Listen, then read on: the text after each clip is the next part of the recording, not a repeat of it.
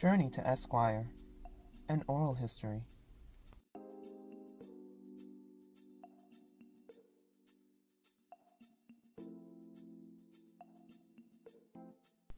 A discussion of the life and times of civil rights era pioneering African American lawyers in Tampa Bay, Florida.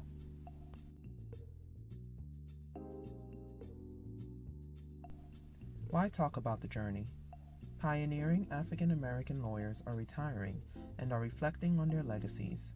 It is an opportune time to capture their stories in their own words. What is an oral history? 1. A recording containing information about the past obtained from in-depth interviews concerning personal experiences, recollections, and reflections. Also, the study of such information. 2. A written work based on oral history. Merriam-Webster.com.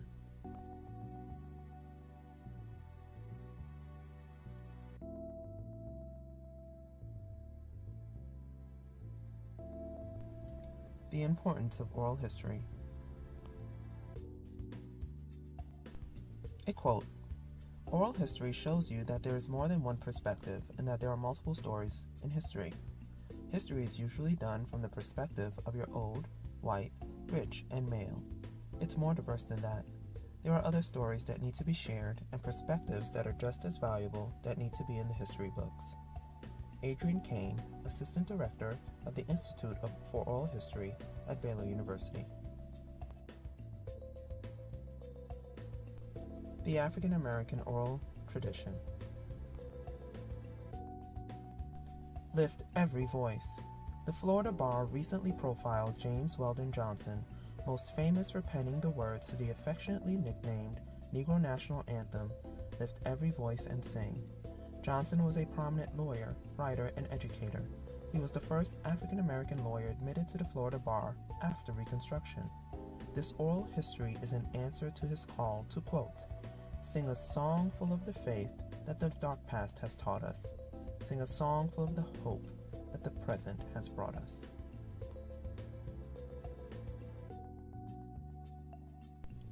One famous lawyer who inspired many.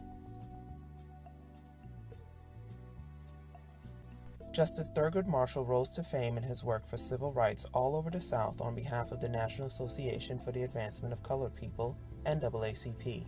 He was a source of inspiration for many young people who would later become pioneering lawyers. Mr. Marshall Goes to Florida. Marshall inspired Delano Stewart, Arthenia L. Joyner, and Donald R. Odom, and countless others to become lawyers. Marshall conducted many trials in Florida in his fight for civil rights under the law. His most talked about and dangerous case took place right in Tampa Bay's backyard in Groveland. A quote, "In the post-war decade, Florida would prove to be a state with a boundless capacity for racial inhumanity, even by measure of the rest of the South. Devil in the Grove, Thurgood Marshall, The Groveland Boys, and the Dawn of a New America by Gilbert King." The case of the Groveland Boys made national news at the time, had a significant impact upon the NAACP's goals for future litigation, and is now the subject of an award-winning book. It took place in Florida, a state that somehow escaped the bad reputation attributed to Mississippi, Georgia, or Louisiana, even though it had a higher per capita lynching rate. From the Black History Month review of The Devil in the Grove by Gilbert King, Rhapsody in Books weblog. Delano Stewart, Esquire, Hillsborough County, Florida. Mr. Stewart was the first African American elected to the board of directors of the Hillsborough County Bar Association and member of the Rough Riders Civic Club. Mr. Stewart is a founding member of Tampa's predominantly African American George Edgecombe Bar Association and the Tampa Organization of Black Affairs. Mr. Stewart mentored pioneers Frank H. White, second African American judge in Pinellas County history, George Edgecombe, Hillsborough County's first African American assistant county solicitor, assistant state attorney, and judge, among others.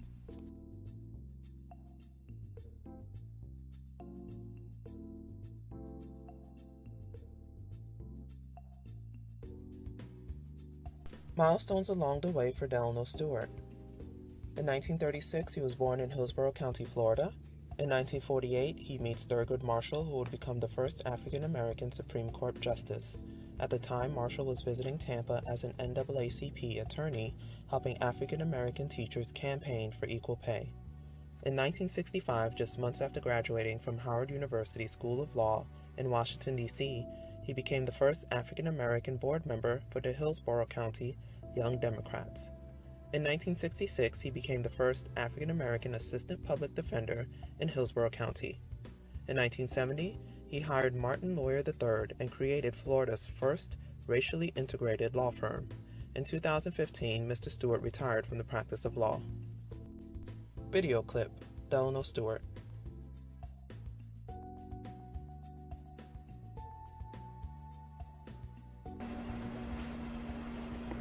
If you develop the following four things: CI, character, integrity, courage, and intelligence, you won't fail. And you have to utilize that in life, remembering that any day that you have and you have the ability to do something, it is not you, it's the talents that God gave you.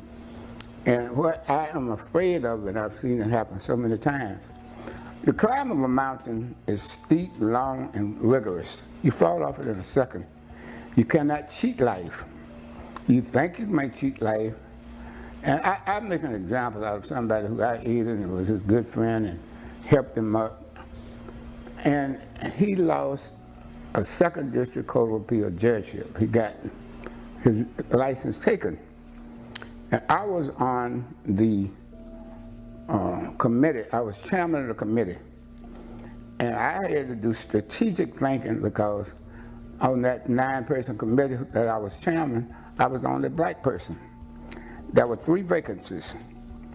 And they were whispering, we can send one up, and the other 2. Well, what they were trying to do, there were 3 blacks, and they were trying to narrow them down. I called Lawton Childs, who was the governor at that time, and I said, I need a telegram saying you would like all 9 names at one time. I stopped by the canned cool store that morning. I got a brand new white cap, never been worn. So the first vote was to narrow the committee to 9. We had 10 people, and we narrowed it to the 9, and the 3 blacks were still in. So this is what we're going to do now. I would like to move that we send 3 up. That motion is out of order. Whipped out the telegram from Lawton and presented it. So that's gone. So I said, how are we going to do this? I said, we got the 9 names. And we were scrambling up, but reached and got the white hat and put it on. Each one of you put a name in, and we shook them up, and then we took them out. 1, 2, 3. The Honorable Peggy Quincy was in 1. 1, 2, 3. There was a black lawyer from, and so that left the only one, and Tom Stringer. So I got the opportunity to send 9 names, a black person being in every one of them. I had a lot of accolades heaped on me. How did you do that deal? That was political maneuver. Well, critical thinking and prayer. Because I couldn't make one being each one of the things.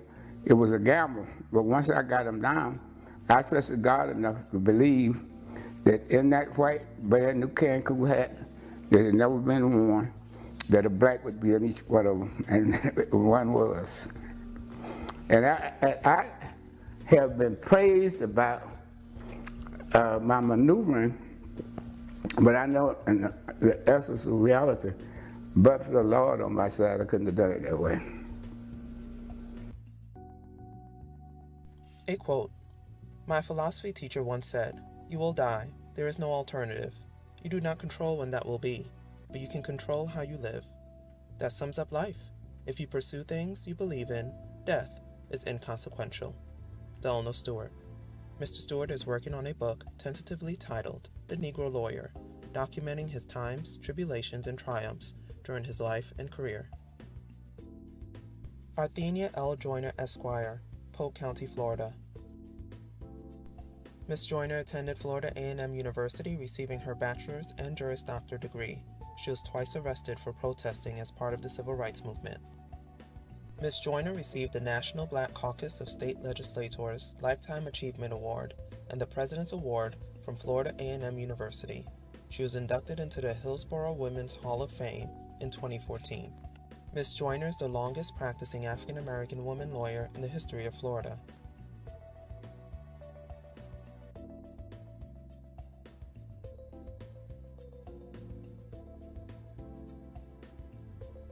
Milestones along the way for Arthenia L. Joyner.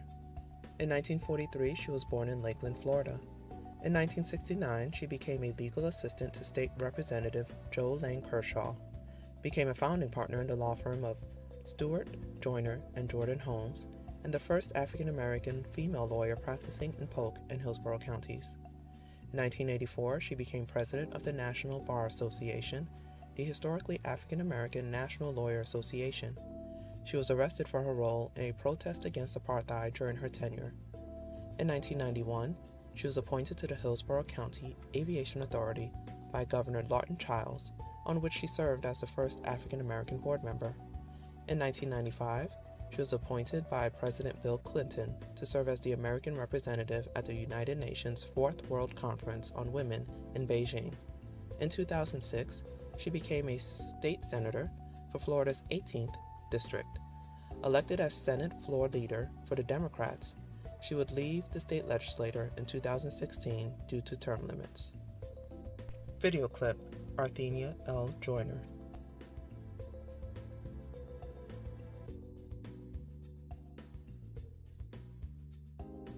You know, as I reflect back on my childhood, I remember when I was a kid, and I was born in Lakeland, Florida.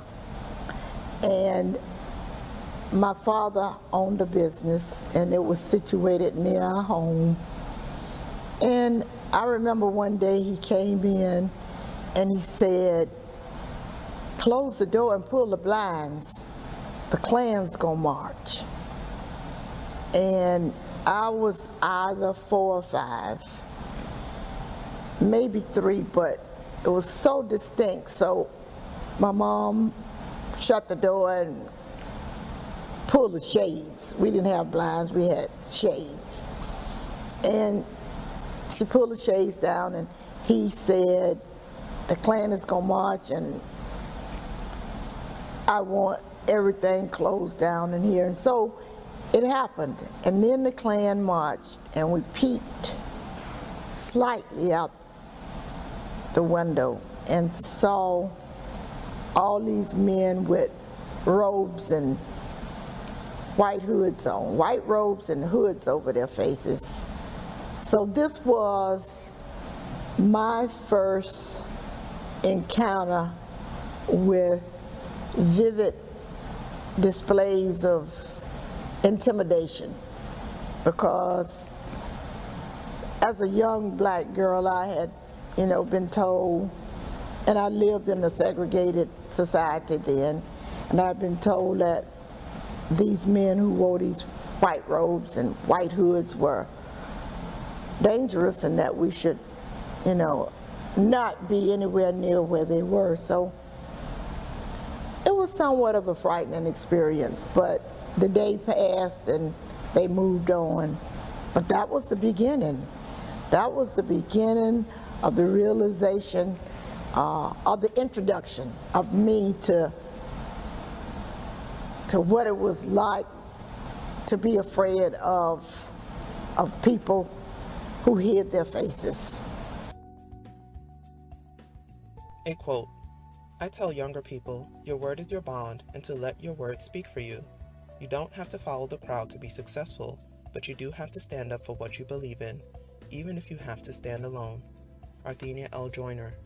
Ms. Joyner continues to keep a busy schedule and intends to continue her work as an attorney within her community and to serve in private life with the same passion and dedication that she committed to public service. Donald R. Odom, Esquire, Pinellas County, Florida. Mr. Odom was the first African American lawyer to work in the legal departments of several government offices in his hometown of the city of St. Petersburg. Mr. Odom was a two-term president of the George Edgecombe Bar Association and the Virgil Hawkins Florida chapter of the National Bar Association. Mr. Odom is a lifelong member of the NAACP and was active in its work in the city of St. Petersburg, including being the chair of the Legal Redress Committee.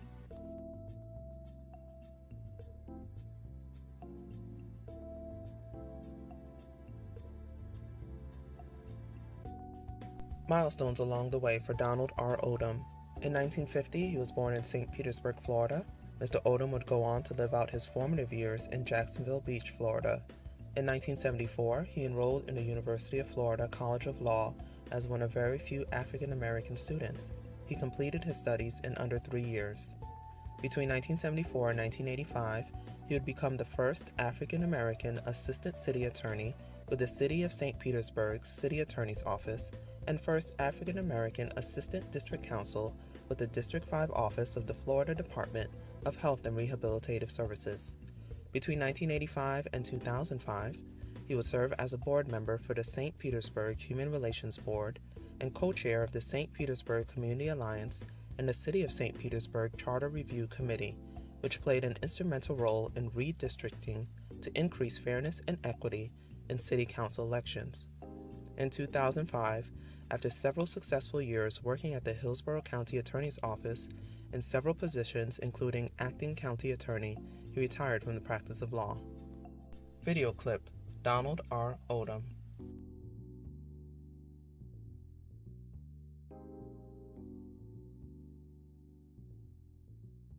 Well, growing up in Florida, you would think that, I did a lot of swimming growing up. And I did swim, but during those days, black people were limited in where they could swim. There was one public swimming pool in St. Petersburg that I could use, and it was called Jenny Hall Pool. And the history with that is there were no places for black people to swim in St. Petersburg back then. So this white woman, whose name was Jenny Hall, actually donated the money to build a swimming pool on the south side of St. Petersburg for black people to swim. And the swimming pool still bears her name. There was one place that I can recall that we could swim down on the bay, and it was called the South Mole, I think. And I have subsequently learned that that was the swimming outlet that was closest to where the city dumped the sewage in those days, which of course growing up I knew nothing about that. As a child growing up in Jacksonville, I lived 10 blocks from the Atlantic Ocean, but we were not allowed to swim in the Atlantic Ocean. So in order to swim, we had to drive over to Fernandina in American Beach. I can barely remember American Beach, but it was, from what I understand, it was quite a place. They had black-owned hotels and nightclubs and restaurants, a whole strip, and people would come, well-to-do black people would come from all over the country and vacation there. I understand that a sizable number of properties there are still owned by black families that have been in the families for generations. So I can recall driving back from after a day at the beach. As I recall, it was because you had to take a ferry, and it was probably like an hour and a half drive, And I can recall driving back late at night, with my family, and if somebody had to go to the bathroom, of course you had to pull to the side of the road because you couldn't use like the public facilities. So it was just kind of one of those indignities that you had to get through, in those days when you were black. A quote: "You should enter the profession because you are committed to it and you desire to help others. If you are committed to the profession, you will probably be good at it and the financial regards will eventually come. Donald R. Odom. Mr. Odom is thoroughly enjoying retirement. He frequently travels, plays golf, and stays active in the community and spends time with his family. This is just the beginning. Many more stories like these are waiting to be told. There is a wealth of experience and knowledge in the African American legal community in Tampa Bay. The people behind the journey to Esquire. This project is driven by passionate people who believe in the power of oral history.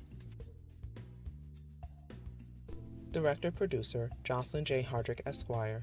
A quote, "This project is a labor of love. I get to work with great friends and explore the stories of people I admire while contributing to the rich collection of oral history in my community." Ms. Hardrick has her bachelor's in African and African American Studies from Fordham University. She received her Juris Doctor from the Florida State University College of Law. Ms. Hardrick is admitted to the Florida Bar, to the Middle District of Florida, the Southern District of Florida, and the United States Supreme Court. She is the founder of Diversity Access Pipeline, a nonprofit program dedicated to promoting diversity, creating access, and feeding the pipeline of talented, diverse attorneys and professionals.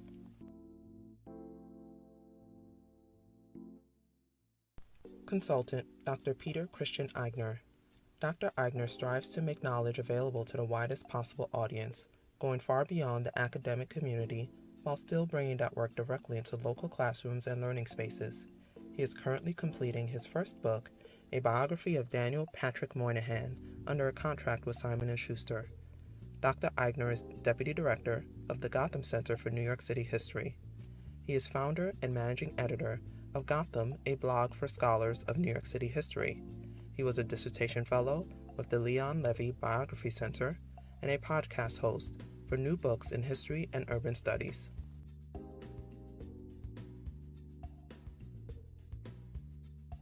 Videographer Ricky Roberts with Ricky Roberts Photography.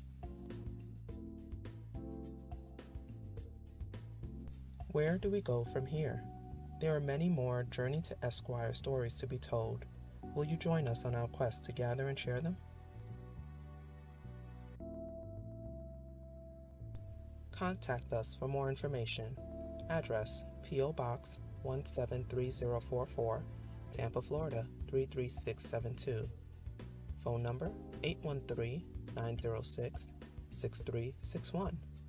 Email journeytoesquire@gmail.com.